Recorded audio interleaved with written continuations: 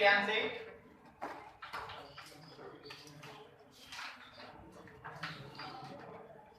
States of matter, आप इसको gaseous state भी कहते हैं।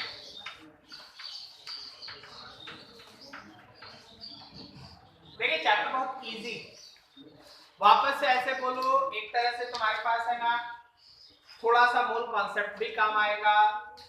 स्टेट्स ऑफ मैटर या यूं कहो कि सब्सटेंस के तीन स्टेट को है ना 11 और 12 में मिला के आपको पढ़ाना है।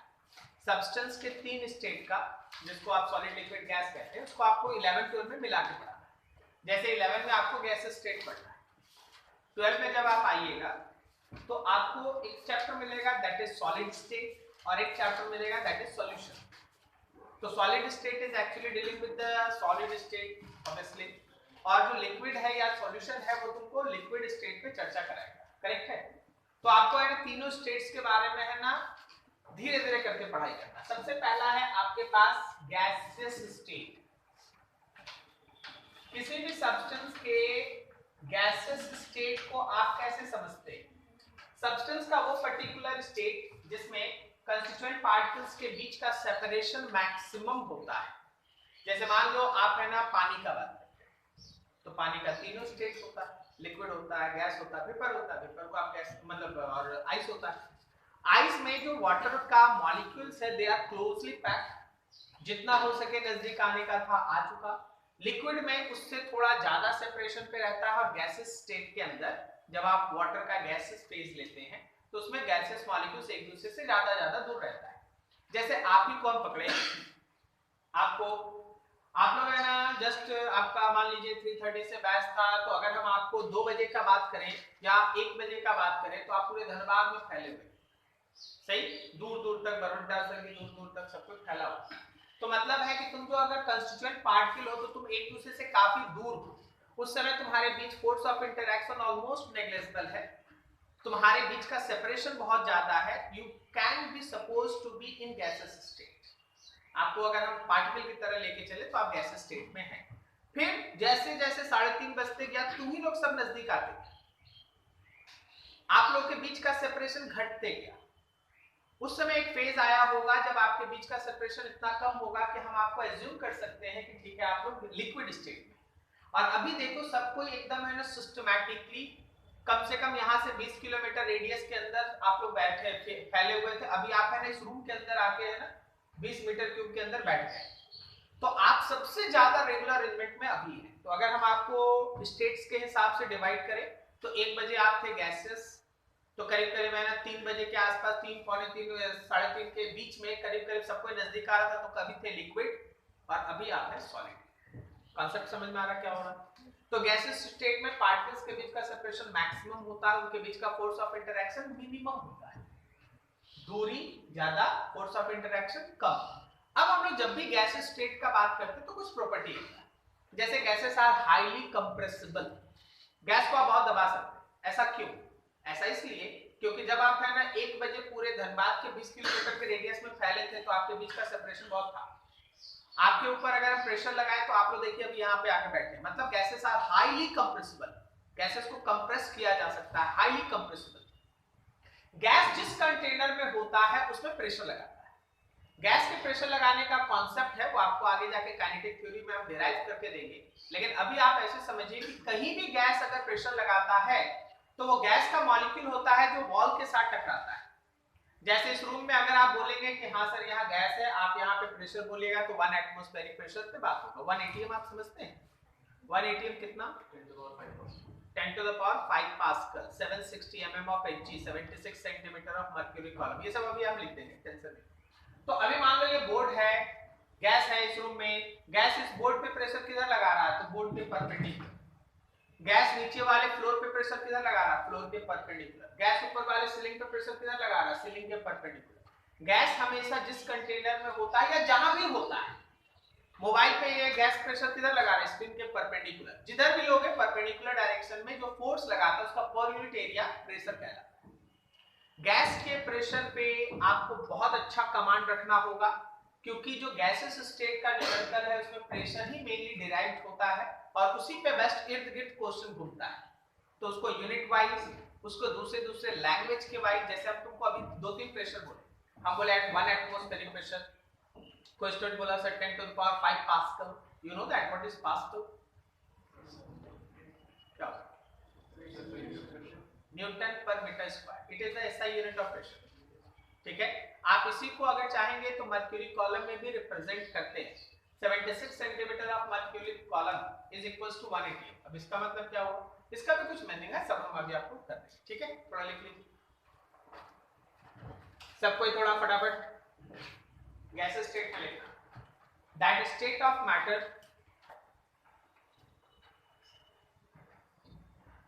that state of matter in which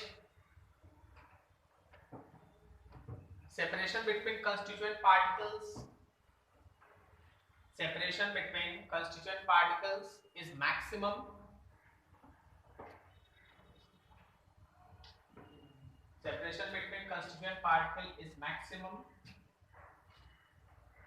comma, force of interaction minimum,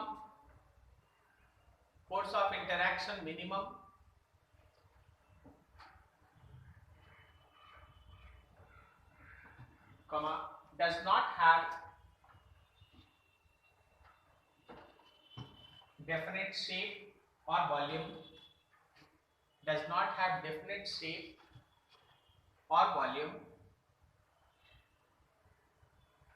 is known as gaseous state,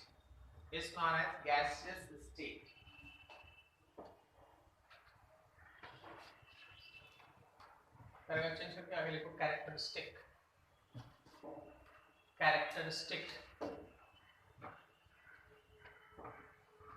लिखो इसमें डैश देखे, gaseous state does not have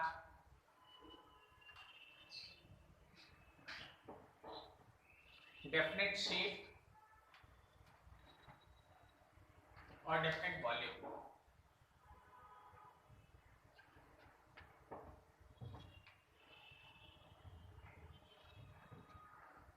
ठीक है। थोड़ा बात बताना, ये क्या लिखा हुआ है, इसके पास डेफिनेट शेप नहीं है, डेफिनेट वॉल्यूम नहीं है, इसका मतलब क्या लिखा हुआ सर, डेफिनेट शेप नहीं है, डेफिनेट वॉल्यूम नहीं है,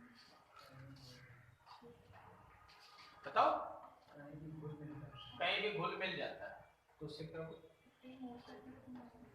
सर, अगर कोई गैस अगर 1 लीटर का कंटेनर में है तो सर उसका वॉल्यूम 1 लीटर हो गया, और अगर वही एनवायरमेंट में चला गया तो सर उस मतलब अनलिमिटेड वॉल्यूम हो जाएगा। Very good.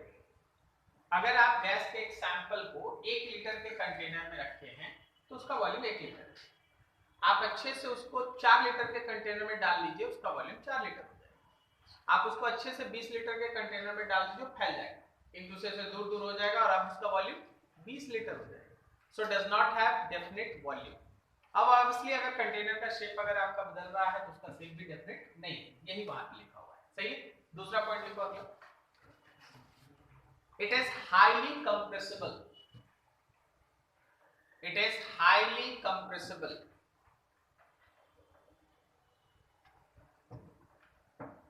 ठीक है।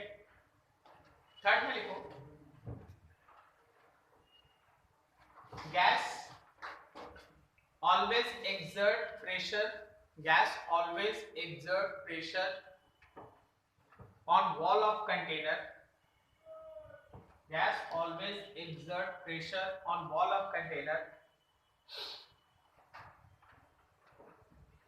in perpendicular direction of surface of container,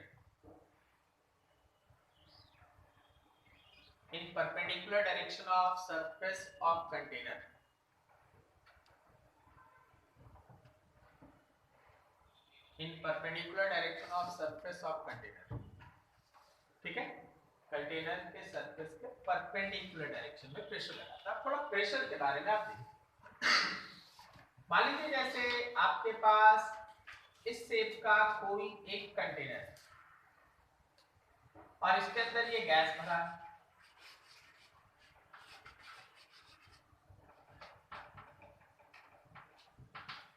ये कंटेनर है, अंदर में gas.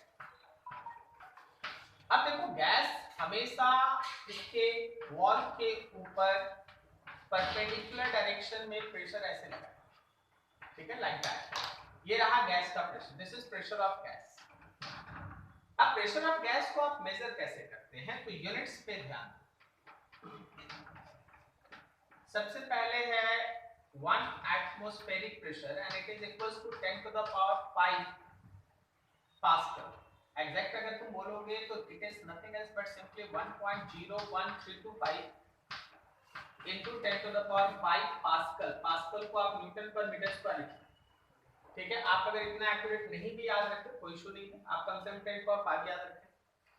Exact value is 1.01325 into 10 to the power 5 Newton पर मीटर स्क्वायर पास्कल। न्यूटन पर मीटर स्क्वायर को आप पास्कल कहते हैं।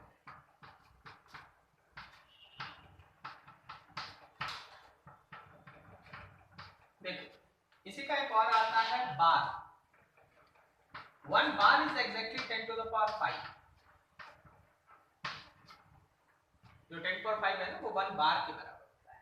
1 atm 1 atmospheric pressure is 1.01325 into 10 to the power 5। थोड़ा बड़ा है, थोड़ा बड़ा, ठीक है। तो आप ऐसे याद रखना 0.998 atm is 1 बार। 0.998 अप्रॉक्स 0.91 नहीं होगा ना, ये थोड़ा बड़ा, ठीक है। तो 0.998 atm is equals to approximately 1 बार। अगर बार और atm है, वैसे बार और atm they are very close, okay. तो इतना ज्यादा इसमें कंफ्यूजन वाला बात नहीं है, आप दोनों को लगभग बराबर ले ही सकते, ठीक है। बट ये डाटा अच्छे से दिमाग में बैठा लीजिएगा। हम बार-बार बोल रहे प्रेशर अगर आया ना तो न्यूमेरिकल में आपको प्रॉब्लम नहीं होगा, क्योंकि क्वेश्चन प्रेशर में घुमाया हुआ। अब देखो इसके अलावा एक आता है 1 atm is also equals to 76 centimeter of mercury column, Hg column। अब इसमें कंफ्यूज यहाँ कॉलम क्या कर दिया गया है, इसके लिए आपको फ्लूइड मैकेनिक्स जानना पड़ता है, फिजिक्स का। कोई भी अगर फ्लूइड का h हाइट का कॉलम है तो वो हमेशा h रो g प्रेशर लगाता है। h is the height, rho is the density and g is acceleration due to gravity.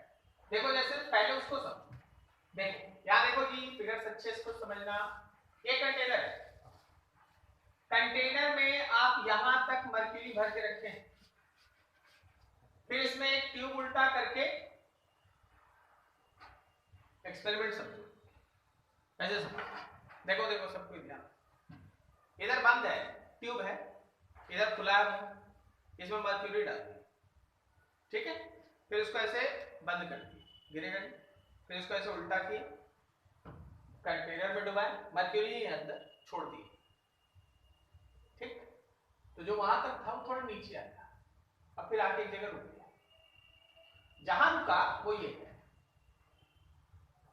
यहां तक इसमें मर्क्यूरी h हाइट ऊपर तक खड़ा था। एक्सपेरिमेंट समझ में आया? ऐसे ट्यूब था, नीचे बंद था, ऊपर से मर्क्यूरी भर दिया इसमें अच्छे से, फिर उसको बंद कर दिया ऐसे, मर्क्यूरी में डुबाया, छोड़। तो यहां तक भरा हुआ था, वो थोड़ा नीचे आया, फिर आके एक जगह रुक गया। तो जहां रुका वो कितने हाइट पे रुका? h height. इसका मतलब है, इसका कुछ लॉजिक है। इसका लॉजिक ये है कि h हाइट की वजह से जो प्रेशर नीचे लग रहा है और जो बाहर में एटमॉस्फेयर का प्रेशर लग रहा है, बात समझे, और जो h हाइट की वजह से प्रेशर लग रहा है, ये दोनों बराबर है। नहीं समझा? अब फिजिक्स का डेरिवेशन कराएगा केमिस्ट्री, हम ही को पढ़ना फ्लूइड, लेकिन यहाँ काम नहीं। तो यहाँ जो एटमॉस्फेरिक प्रेशर है ना वो h rho g, height of mercury column, density of mercury into g के बराबर। मर्क्यूरी गलत लिख रहे हैं, हमको तो ये लिखना चाहिए कि यहाँ कोई भी लिक्विड रहता तो ये सेटिस्फाई होता, समझा। पानी ले लेगा तो भी हो जाएगा, लिक्विड ले लेगा, मर्क्यूरी लेगा तो भी हो जाएगा, अल्कोहल डाल देगा तो भी हो जाएगा। लेकिन स्टैंडर्ड किसको बनाया गया? मर्क्यूरी। तो आप क्या कहते हैं कि हाँ एटमॉस्फेरिक प्रेशर। अब यहाँ पे अगर ये मर्क्यूरी है, for mercury H is 76 centimetre, H कितना है? 76 सेंटीमीटर। तो आप ऐसे बोलते हैं कि atmospheric pressure is equal to, देखो 76 centimetre, density of mercury into g। चलो डाटा भी पुट कर दे, अब हमको आज भी पुट कर दे, into 10 to the power -2 metre हो गया। ठीक है। डेंसिटी ऑफ मर्क्यूरी होता है 13600 केजी पर मीटर क्यूब और जी का वैल्यू 9.8 मीटर पर सेकंड स्क्वायर। पता है जब आप सबको सॉल्व कीजिएगा ना, जब आप सबको सॉल्व कीजिएगा then it comes to be 1.01325 into 10 to the power 5 Newton पर मीटर स्क्वायर। आप समझ गए क्यों बोला जा रहा है कि 1 एटमॉस्फेरिक प्रेशर जो है वो 76 सेंटीमीटर ऑफ मर्क्यूरी कॉलम के प्रेशर के बराबर होता है। जब डाटा पुट करके सॉल्व कीजिएगा समझ में आ रहा है। 76 सेंटीमीटर ऑफ मर्क्यूरी कॉलम। देखिए इसका काम नहीं पड़ेगा आपको, जरूरी नहीं है। अच्छा मर्क्यूरी रहा तो 76 सेंटीमीटर, पता पानी रहेगा तो कितना 10 मीटर पानी रहेगा तो ये हाइट 10 मीटर आएगा, इसलिए बैरोमीटर्स, इसको बैरोमीटर कहते हैं। बैरोमीटर्स पानी का नहीं बनता, पानी का नहीं बनता, बैरोमीटर्स मर्क्यूरी का बनता है। तो सर पानी तो सस्ता है, बिल्कुल। तो लैब बनाना पड़ेगा 10 मीटर ऊंचा। 10 मीटर ऊंचा मतलब कम से कम 40 फीट का लैब बनना चाहिए। और उतना बड़ा उठा के ले जाएगा कैसे, क्रेन लैब। तो पोर्टेबल है मर्क्यूरी 76 सेंटीमीटर इतना दूर। बैरोमीटर्स मर्क्यूरी का यूज होता है। अब मर्क्यूरी में और भी फायदा है। मर्क्यूरी है ना, उसके अंदर कोहेसिव फोर्स स्ट्रांग होता है। अब देखिए सबका बात यहाँ पर गैसियस स्टेट से मतलब नहीं, नॉलेज है। कोहेसिव फोर्स स्ट्रांग होने से वो कंटेनर के वॉल में स्टिक नहीं करता, चिपकता नहीं, इसलिए कंटेनर का वॉल क्लियर रहता है और आपको रीडिंग लेने में आसानी होता है। यही कारण है कि थर्मोमीटर में मर्क्यूरी, ठीक है, कुछ चिपकता नहीं। आप देखिएगा टेम्परेचर है, चढ़ गया ऊपर, जब उतरेगा तो पूरा एकदम फ्रेश करके उतरेगा, स्टिक नहीं होगा कहीं, ठीक है। तो चलो यहाँ 76 सेंटीमीटर ऑफ मर्क्यूरी कॉलम, क्या इसको लिखते हैं 760 mm ऑफ Hg, ठीक है। और सुनो यहीं पे इसको पूरा खत्म करें। याद रखना 1 mm ऑफ Hg जो प्रेशर लगाता है उसको 1 टोर भी कहते हैं, TORR। 1 टोर का मतलब है 1 mm ऑफ Hg जो प्रेशर लगाता है उसको 1 टोर कहते हैं।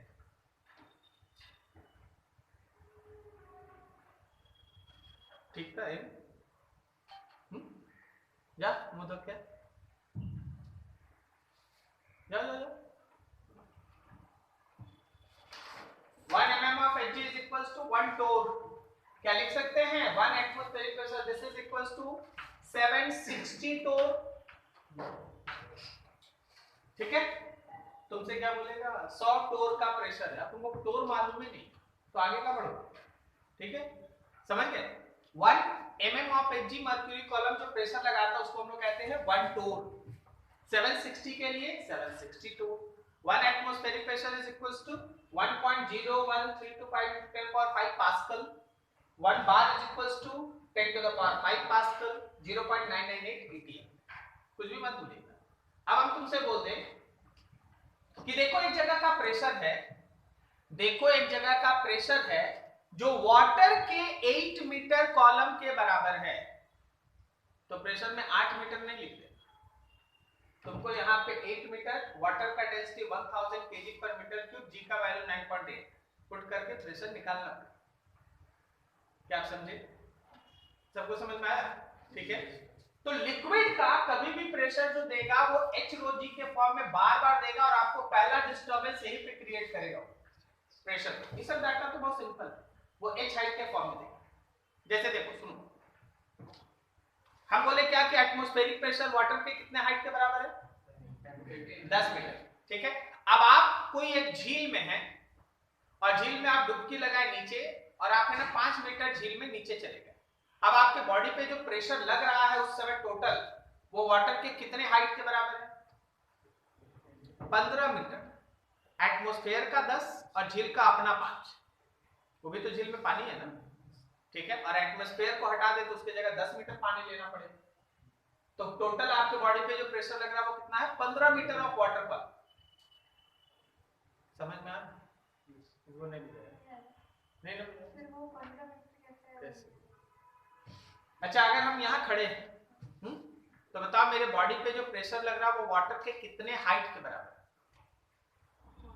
हाँ 10 मीटर।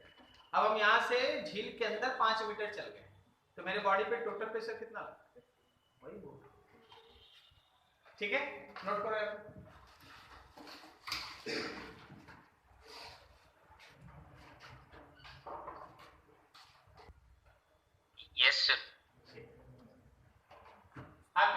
कॉन्सेप्ट है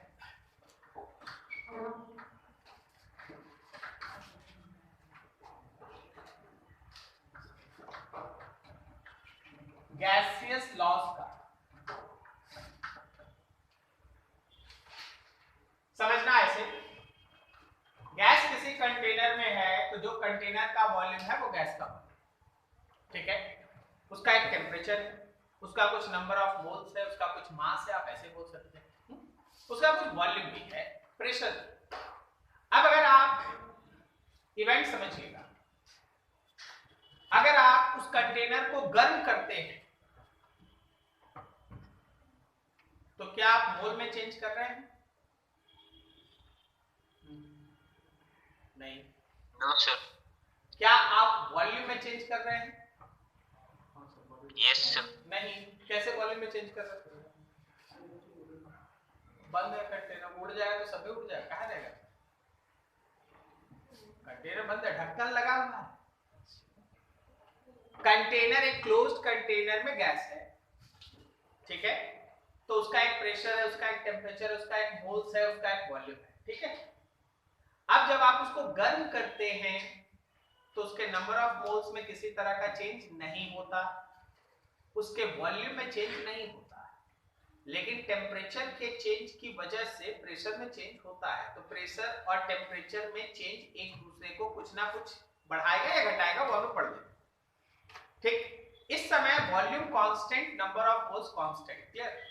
दूसरा, आप क्या किए, एक गुब्बारा में कुछ गैस भरा हुआ था, ठीक है, सेम प्रेशर पे उसको दूसरे गुब्बारे में ट्रांसफर कर दिए, उतने ही अमाउंट को दूसरे गुब्बारे में ट्रांसफर कर दिए सेम प्रेशर पे, तो pressure same, number of mole same, volume बदला तो टेम्परेचर में उतार चढ़ाव होगा, सही है। वॉल्यूम बदलेगा, टी बदलेगा, दो, अच्छा एक ही चीज, एक चीज नहीं बदलेगा, अगर एक बदलेगा तो एक दूसरा उसका इफेक्ट जरूर शो करेगा। वॉल्यूम बदला तो या तो प्रेशर बदले, नहीं तो टेम्परेचर बदले, नहीं तो एन बदले, तीनों कांस्टेंट नहीं हो सकता, एक ना एक बदलेगा ही, नहीं तो वॉल्यूम कैसे बदलेगा, ठीक है। जनरली आप ये सीखे हैं कि वॉल्यूम बढ़ेगा तो प्रेशर क्या होगा, घटेगा। इसी तरह से एक एक दो दो फैक्टर्स को कांस्टेंट रख के बाकी एक का इफेक्ट दूसरे पे देखा गया और कुल मिला के 4 तरह का गैस लॉ बना। सबसे पहले आपके पास बना, जिसको आप बहुत फेमस तरीके से पहले से जानते हैं, नाम है बॉयल्स लॉ, नाम सुने? ये तुमको ये कहता है eight constant temperature and number of moles, क्या क्या कांस्टेंट कर देना है, temperature and number of moles, at constant T and constant T and N, always remember pressure is inversely proportional with volume। Pressure जो है वो वॉल्यूम के साथ इनवर्सली, मतलब अगर आप वॉल्यूम को बढ़ाएंगे तो प्रेशर घट जाएगा। देखिए जो हम बोलेंगे ना उसको दिमाग में जगह देना, सोचना होता है कि नहीं। अगर आप वॉल्यूम को बढ़ाइएगा प्रेशर क्या होगा, घट जाएगा, और अगर आप वॉल्यूम को घटाएंगे प्रेशर क्या होगा, बढ़ जाएगा। कोई दिक्कत नहीं है, समझने में एक्सेप्ट करना होता है, ठीक है। तो आप जैसे इस प्रोपोर्शनैलिटी को हटाते हैं, आप जैसे इस प्रोपोर्शनैलिटी को हटाते हैं कांस्टेंट आता है, मतलब आप ये कह सकते हैं P और V का जो प्रोडक्ट है वो कांस्टेंट है। Pressure initial volume initial is equals to pressure final volume final. जैसे एक क्वेश्चन सुनो, ध्यान से सुनो, किसी गैस का 4 मोल 273 केल्विन टेम्परेचर पे 6 लीटर कंटेनर के अंदर था with a pressure of 2 atm। अगर पूरे गैस को 6 लीटर कंटेनर की जगह पे 10 लीटर कंटेनर में ट्रांसफर कर दें, then what will be new pressure. तो P1 था, V1 था, आपको V2 दे दिया, आपको P2 निकालना है, पुट करो आंसर। समझ में आया? डाटा बस देख के डिसीजन लेना होगा सही तरीके से। ये रहा। अब यहाँ पे एक चीज ऐसे देख लेना कि प्रेशर जो है वो वॉल्यूम के साथ इनवर्सली है, अगर प्रेशर बढ़ेगा तो वॉल्यूम घटेगा। तो ग्राफिकली अगर आप इसको देखोगे ना, पीवी डायग्राम अगर आप बनाएंगे, प्रेशर यहाँ वॉल्यूम यहाँ, तो ये कुछ इस तरीके से कर सकता है। देखो जैसे जैसे वॉल्यूम को तुम बढ़ा रहे हो प्रेशर क्या होगा, घटते जा रहा है। ठीक है, तो ये कर्व रहता है और इसको हम लोग कहते हैं आइसोथर्म। आइसोथर्म का मतलब होता है टेम्परेचर कांस्टेंट। क्लियर? तो बॉयल्स लॉ तुमको ये बताता है कि at constant temperature and number of moles pressure is inversely proportional with volume. So P1 V1 is equals to P2 V2। कहां से आया? सब कुछ आया। ठीक है, अगला देखिए।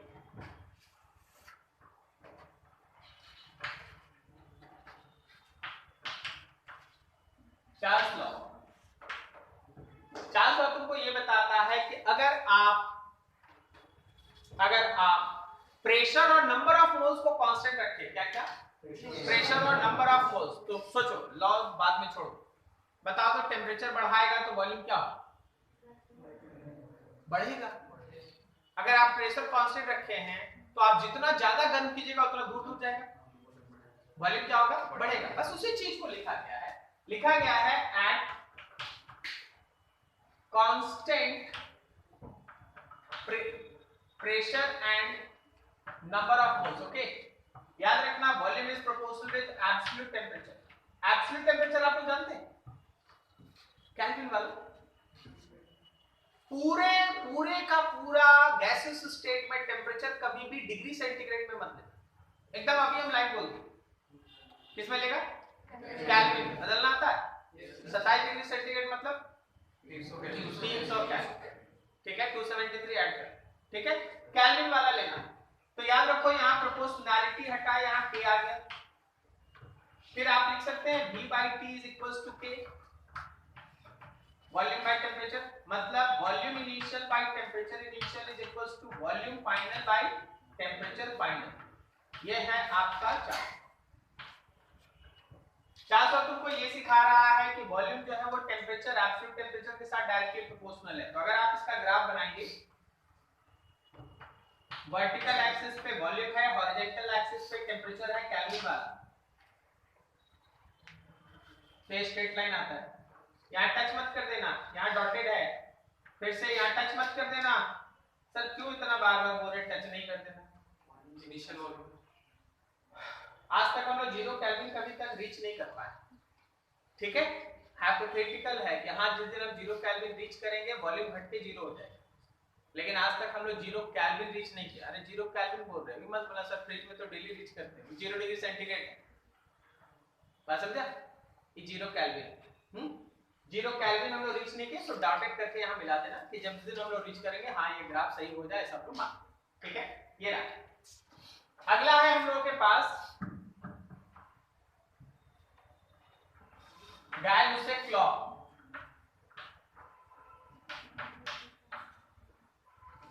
गैल-लुसेक लॉ तुमको ये कहता है कि अगर आप वॉल्यूम और नंबर ऑफ मोल्स को कांस्टेंट कर दें, ठीक है, volume and number of moles को कांस्टेंट कर दें। सोचो एक फिक्स्ड क्लोज्ड कंटेनर, व्हाट है क्लोज्ड कंटेनर, तो वॉल्यूम तो कांस्टेंट होगा, नंबर ऑफ मोल्स भी कांस्टेंट होगा। अब उसको तुम गर्म करोगे, बताओ प्रेशर क्या होगा? बढ़ेगा। एकदम वही चीज है। At constant volume and number of moles, याद रखना pressure is proportional with absolute temperature. Proportionality हटा, K into T आ गया, तो आपके पास हो गया P by T is equals to K। आप सीधा याद रखो कि pressure 1 by temperature 1 is equals to pressure 2 by temperature 2। ये रहा हम लोगों का गैल-लुसेक लॉ। चलिए यही देख लीजिए, ग्राफ ऐसे ही होगा, डायरेक्टली प्रोपोर्शनल वाला तो इसी तरह का ग्राफ होगा। अगला है हम लोग के पास चौथा, that is called Avogadro's law.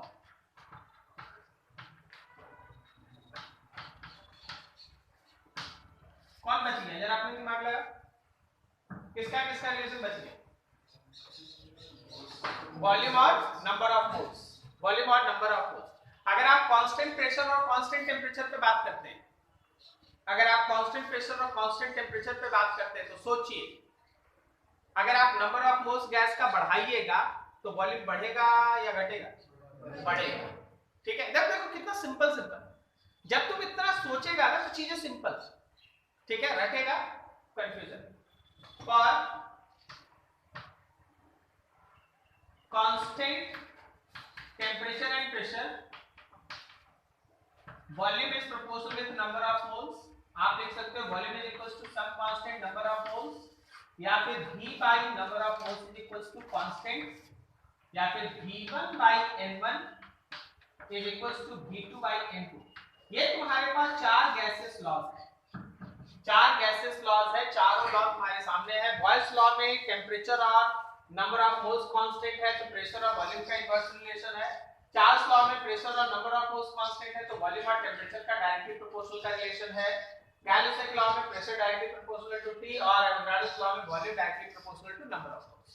इन चारों को जब आप मिलाते हैं तो आपके पास आता है आइडियल गैस इक्वेशन। ठीक है, नोट करें।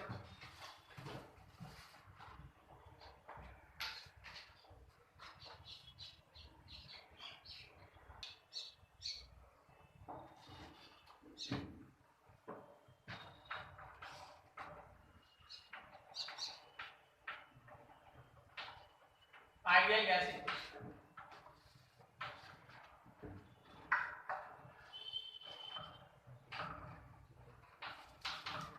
Boyle's law. बॉयल्स लॉ तुमको ये बताया कि P प्रोपोर्शनल 1/V होगा।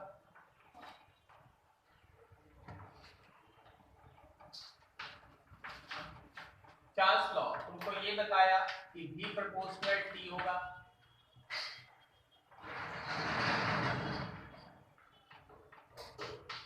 गैलोसेक्स लॉ तुमको ये बताया कि P प्रोपोर्शनल T होगा।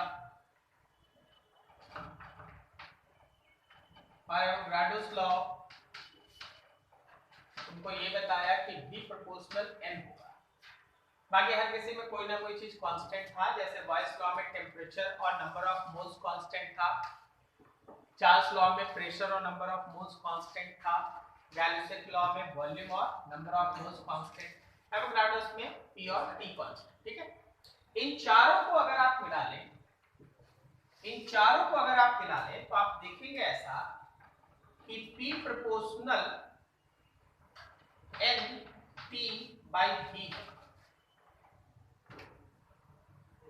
ठीक है, P P N, और अगर ये V इधर जाता है तो नीचे ही है, तो N और T ऊपर रहेगा डायरेक्टली प्रोपोर्शनल और वॉल्यूम नीचे होगा। आप सब बातों को ध्यान से सुनिए। नंबर ऑफ मोल्स बढ़ाइएगा प्रेशर बढ़ेगा, टेम्परेचर बढ़ाइएगा प्रेशर बढ़ेगा, वॉल्यूम को घटाइएगा तब ना प्रेशर बढ़ेगा। ठीक है, तो यहाँ जैसे ही आप इस प्रोपोर्शनैलिटी को हटाते हैं, यहाँ पे कांस्टेंट होता है R, और आप इसको लिखते हैं PV is equals to nRT। Chemistry में इससे important equation PV equals to nRT। ठीक है, where R is universal gas constant। R is universal gas constant। ठीक है, अब सब कुछ डिस्कशन इसी यूनिवर्सल गैस कांस्टेंट के इर्द गिर्द चलेगा, लेकिन पहले आप हम लोग के पास आइडियल गैस इक्वेशन है PV equals to nRT। ये गैस इक्वेशन एक साथ अगर आप एक से ज्यादा चेंजेस करते हैं तो उसका इफेक्ट क्या पड़ेगा उसको भी बताने के लिए कैपेबल है। जैसे देखो, क्या हम यहां से R कांस्टेंट कहने का मतलब PV by NT लिख सकते हैं? मान लीजिए हमारे पास कोई ये गैसियस सैंपल, इसका इनिशियल स्टेट में pressure 1, volume 1, number of moles 1, temperature 1, और हम इसमें किसी भी तरह का चेंज इन फोर्स किए और चेंज करने से इसका प्रेशर बदल के P2 हो गया, वॉल्यूम बदल के V2 हो गया, नंबर ऑफ मोल्स N2 हो गया और टेम्परेचर T2 हो गया। मान लीजिए थोड़ी देर पहले इंडिविजुअली गैसेस लॉ क्या बता रहा था, बॉयल्स लॉ क्या बता रहा था, वो केवल प्रेशर और वॉल्यूम का रिलेशन बता रहा था, उसमें आप N और T को कांस्टेंट कर रहे हैं। चार्ल्स लॉ क्या कर रहा था, वो तुमको P और N को कांस्टेंट करना पड़ रहा था, तब आप V और T का रिलेशन निकाल सकते। यहां एक बार में सब बदला। एक सैंपल ले लीजिए गैस का, उसका pressure, volume, number of moles, temperature, आप नंबर ऑफ मोल्स को N1 से N2 बदल दीजिए, वॉल्यूम को V1 से V2 कर दिए, 1 लीटर मतलब 1 लीटर के कंटेनर से उठा के 5 लीटर में रख लीजिए। टेम्परेचर जो पहले 273 था उसका नया टेम्परेचर 300 कर केल्विन कर लीजिए, समथिंग लाइक दैट। तो उस केस में क्या होगा, अच्छा यहां भी जो P1 V1 by N1 T1 है वो R होगा, और यहां भी जो P2 V2 by N2 T है वो भी R होगा। इसका मतलब ये दोनों भी आपस में बराबर होगा, इसका मतलब ये दोनों भी आपस में बराबर होगा। सो क्या आप लिख सकते हैं, आप लिख सकते हैं P1 V1 by N1 T1 is equals to P2 V2 by N2 T2। जो जो डाटा दिया है उसको यूज करो, जो अननोन है उसको निकालो। एक साथ कितना भी चेंजेस करना है कर लीजिए और आपको एक बार में आंसर मिल जाएगा। बॉयस लॉ का लिमिटेशन है, उसमें टी और एन कांस्टेंट करना। चार्ल्स लॉ का लिमिटेशन है, गायस-लीसेग लॉ का लिमिटेशन है, अवोगाड्रो का लिमिटेशन। लेकिन आइडियल गैस इक्वेशन में ऐसा कुछ नहीं। आप इसमें यहां 8 चीज है, लेफ्ट में 4 राइट में 4। कोई भी 7 आप जानेंगे तो 8th वाले को निकाल, कोई भी 7। नंबर ऑफ मोल्स 5 मोल से 20 मोल कर दिए, वॉल्यूम को 2 लीटर से 18 लीटर कर दिए, टेंपरेचर को 273 से है ना 373 कर दिए। तो अगर शुरुआती प्रेशर 5 atm है तो फाइनल प्रेशर बताओ। तो 7 डाटा हम दे दिए, 8वां निकालना है। ठीक है, ऐसा कोई भी चेंजेस आप इससे निकाल सकते। क्लियर? तो ये चीज था। चलो एक याद रखो, आइडियल गैस इक्वेशन, यही है आइडियल गैस इक्वेशन।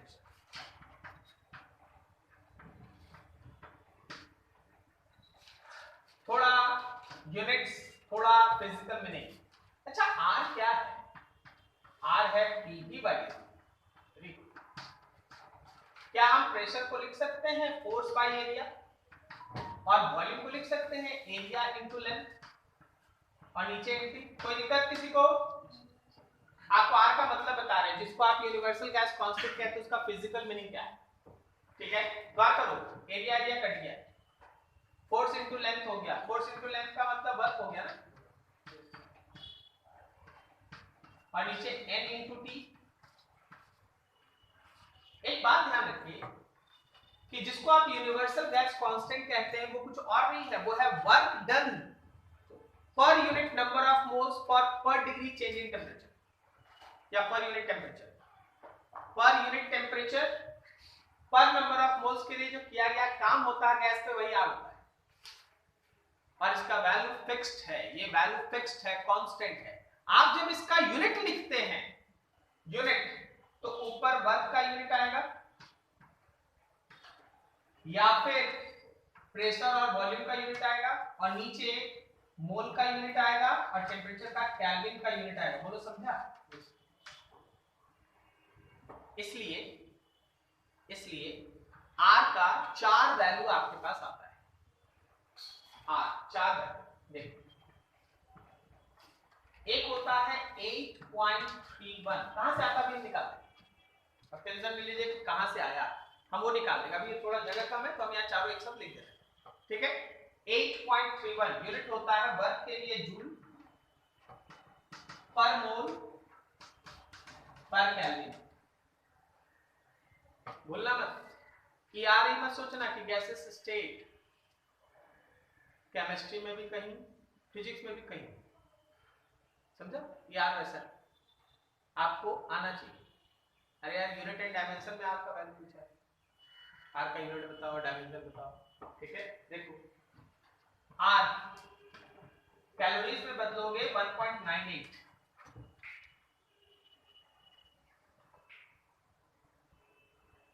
चलो तुम्हारी हेल्प कर रहा है, इसको तुम 2 लिख देना। ठीक है, 1.98 की जगह क्या लिखोगे?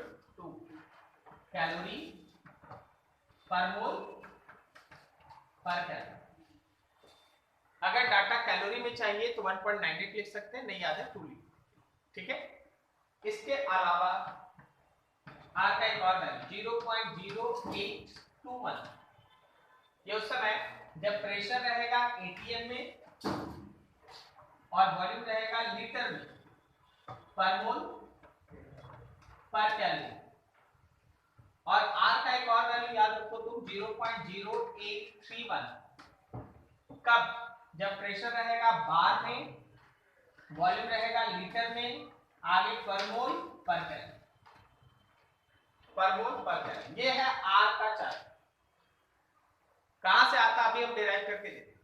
ठीक है, आपको हर डाटा याद रखना है।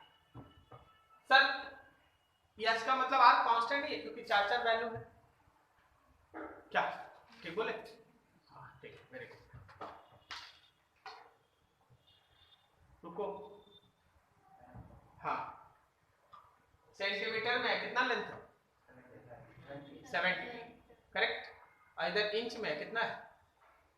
27 28 सही। इसका मतलब लेंथ कांस्टेंट नहीं है, एगो 27 एगो 70 है। वही तो हम भी कर, हर बार यूनिट अलग है इसलिए न्यूमेरिकल वैल्यू अलग है। इसका मतलब ये थोड़ी ना कि r कांस्टेंट नहीं है। r is a constant factor, r is universal gas constant. हां, यूनिवर्सल गैस कांस्टेंट। अब अलग अलग यूनिट में बात कीजिएगा तो अलग अलग वैल्यू आएगा, समझ में आया? सो r is a constant, universal constant. ऐसा नहीं कि धनबाद में कांस्टेंट और बिहार में कांस्टेंट। Okay, universal. नोट करो।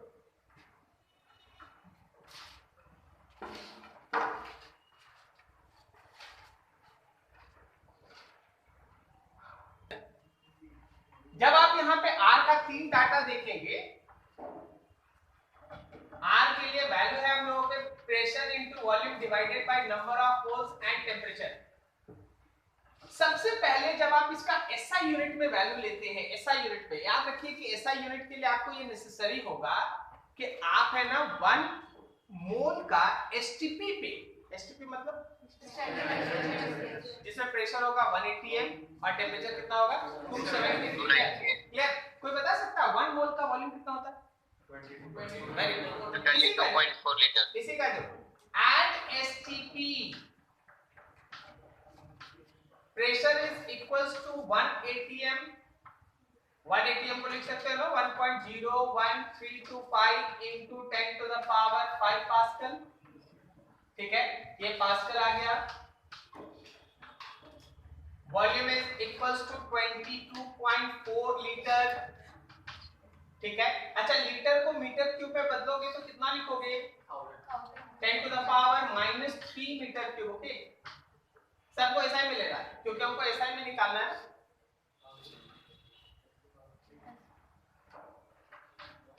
In SI unit. ठीक है, अब देखो यहाँ पे नंबर ऑफ मोल्स आप 1 ले लिए और टेम्परेचर ले लिए 273 केल्विन। ओके, इन सब को उठा के बस ऊपर वाले लाइन पे पुट करो। प्रेशर के जगह पे 1.01325 into 10 to the power 5 pascal. Pascal को भी अगर तुम तोड़ोगे तो न्यूटन पर मीटर स्क्वायर यूनिट में देखो। साथ में हम लोग का वॉल्यूम है, वॉल्यूम कितना है? 22.4 into 10 to the power -3 metre cube. नीचे देखो, नीचे हम लोग के पास नंबर ऑफ मोल्स है 1 मोल और टेम्परेचर है 273 केल्विन। अच्छे से देखिए, आप समझना, यहाँ जो मीटर स्क्वायर है और यहाँ जो मीटर क्यूब है, तुम इस मीटर स्क्वायर को मीटर क्यूब से कैंसिल करो, 1 मीटर ऊपर बचेगा। न्यूटन इनटू मीटर जो लिखोगे सही है, और नीचे में मोल और केल्विन बचेगा। बाकी सब डाटा को मल्टीप्लाई कर लेना, दैट कम्स टू बी 8.31 और इसका यूनिट हम लोग लिख रहे थे जूल पर मोल पर केल्विन। जूल पर मोल पर केल्विन। क्लियर है? ठीक है, सेकेंड देखो, अगर हम लोग बात करते हैं एटीएम लीटर में,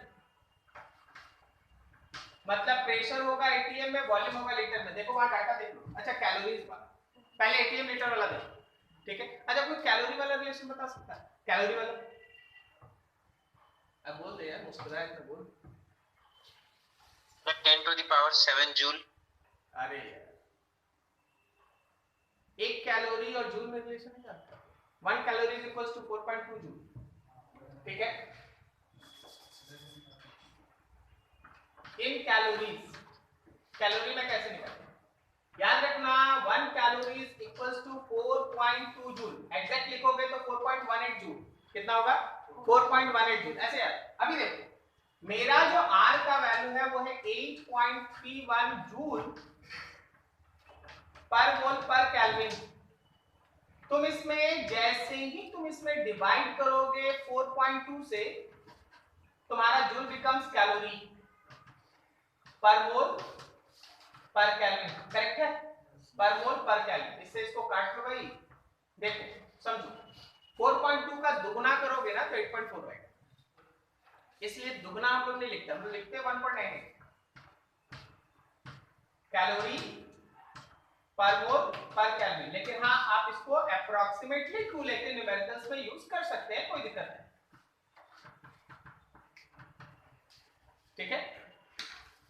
दो और है फटाफट।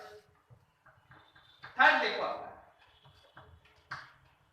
फॉर एटीएम लीटर, मतलब प्रेशर होगा एटीएम में या वॉल्यूम होगा लीटर में। देखो at STP number of moles 1 mole, volume is 22.4 litre, pressure is equals to 1 atm and temperature is equals to 273 kelvin. Okay, ये सब चारों का चारा डाटा उठा के है ना इस इक्वेशन पे पुट कर दो। पीवी बाय एनटी, प्रेशर हो गया 1 atm, वॉल्यूम हो गया 22.4 litre, divided by number of moles हो गया 1 मोल, और टेम्परेचर हो गया 273 केल्विन। ठीक है, अभी देखिए जैसे उसको मल्टीप्लाई करेगा ना 22.4 पे 273, खुद से डिवाइड करने की कोशिश करो, 10 तो नहीं आएगा, 10 आएगा समझ। तो 0.08 से स्टार्ट होता है, 0.08 आप सॉल्व कीजिएगा, it comes to be 0.0821। Unit है एटीएम लीटर, नीचे में मोल और नीचे में kelvin. Clear? Fourth at STP pressure लिखेंगे 1 बार,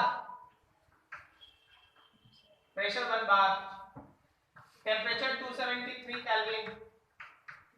तो जो वॉल्यूम है आपका 22.4 लीटर वो एक्चुअली 22.2 लीटर हो जाएगा।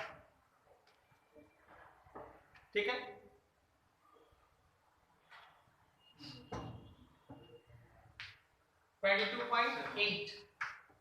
ठीक है, 8 बढ़ जाता है, और टेम्परेचर हम लोगों के पास 273 केल्विन। अब इस केस में सबको है ना फिर से पुट कर लो यहाँ पर 22.8 pb by number of moles and temperature 273, इसको सॉल्व कर लीजिए भाई। तो that comes to be 0.0831, unit होगा बार लीटर पर मोल पर सेकंड।